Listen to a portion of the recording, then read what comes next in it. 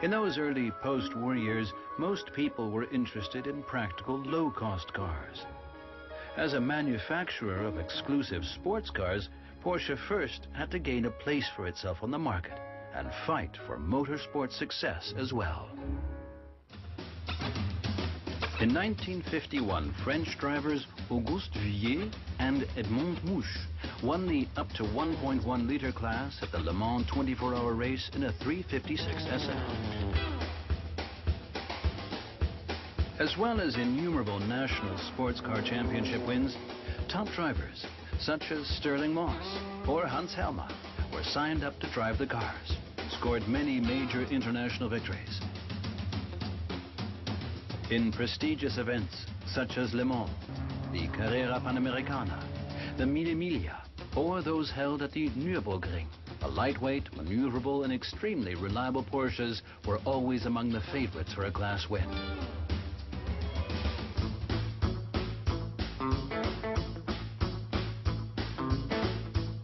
The number of Porsche owners increased by leaps and bounds among motorsports enthusiasts, but in other areas too.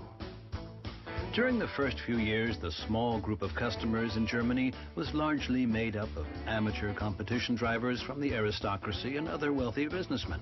But very soon, other enthusiasts began to form regional Porsche clubs. By attending race meetings and often taking part themselves, they acted as unofficial ambassadors for the Porsche brand.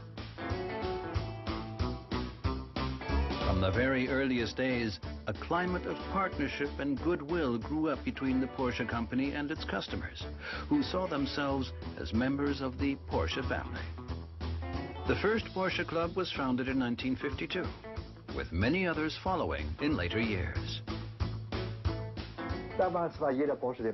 In those days, every Porsche you saw on the road was an eye-catcher. The drivers waved to each other and talked shop when they met at garages or workshops. What, yours has 143? I can't get above 141. They talked Porsche shop. In due course, Porsche drivers arranged to meet regularly in the evenings, and the first Porsche clubs were formed. By the end of the 1950s, there were a dozen active Porsche clubs in Germany alone.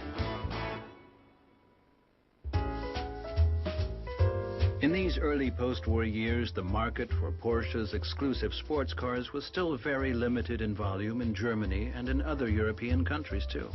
Exports were the only chance for this small manufacturer of hand-built cars to expand. The best opportunity for genuine growth was to penetrate the world's largest car market, America.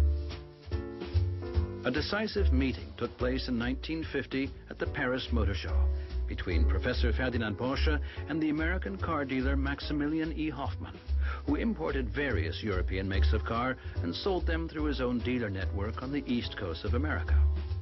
Porsche was a newcomer to this market and first had to establish itself.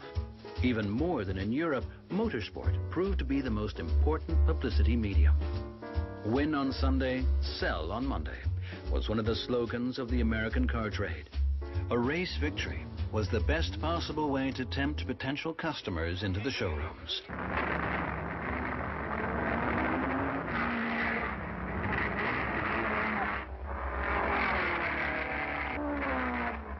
With an increasing number of wins and a variety of motorsport events, the Porsche 356 and 550 began to be accepted by the American motorsport enthusiasts.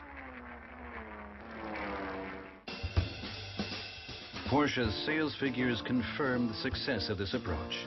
By 1955, half of the company's car output was being sold in the USA. In the 5 years since 1950, 356 production had gone up from 369 to 3,624 cars a year.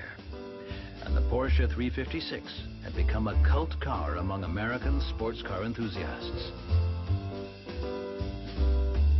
But Hoffman wanted Porsche to make a lower-priced car, the 356 Speedster, a special lightweight version for the U.S. market, listed at about $3,000.